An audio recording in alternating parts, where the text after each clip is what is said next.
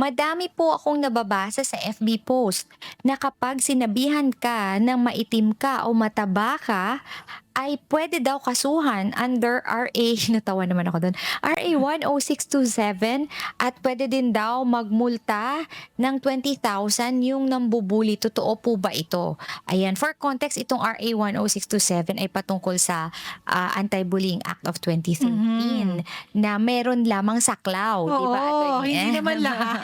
Hindi lahat po. Linawin lang natin na itong RA 10627 na binabanggit po nung, nagpadala ng katanungan, ang Hmm, pinoproteksyonan or yung saklaw lamang niya ay ay yung mga siya, estudyante correct. na nasa elementary at secondary schools kung saan ipinagbabawal ng tinatawag nating bullying. So, physical, Mm, verbal, mental o yung sa social media 'no, mm, cyberbullying sa mm. school grounds, Oh, school-sponsored activity or halimbawa sa school bus or mm. technology owned by the O school. puwedeng online pero ang punot dulo, galing sa kumbaga ang nature ng Mhm. pambu-bully, dun mate-trace siya back doon sa school Hmm. environment, 'di ba? Yes, Online siya oo. binubully pero mga kasamahan niya rin yung schoolmates niya kumbaga yung nambu-bully sa kanya. Mhm. Ayan, I think ang concern ng ating question sender, puwede siyang pasok sa, cyber offense kung online Mhm. kang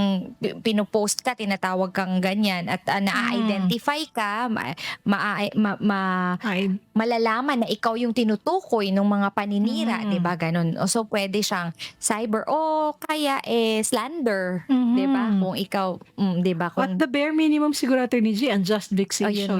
yun yung Oo, iniisip ko, 'di unjust ba? vexation, oo. Criminal Oo. offenses, but yung sa anti-bullying hindi siya covered, oo. Mhm. Mm. Medyo ano 'no, parang medyo hurtful kasi. Parang Oo, isipin mo kasi na, ay binubully ako kasi tinatawag akong maitim or mm, mataba 'no. Pero mm. yun nga, unfortunately yung batas na binabanggit mo ay may specific lamang na sinasaklaw. Pero yun nga, hindi ibig sabihin na wala ka ng recourse kasi Mm, meron namang ibang mga provision ng batas na puwedeng maging applicable.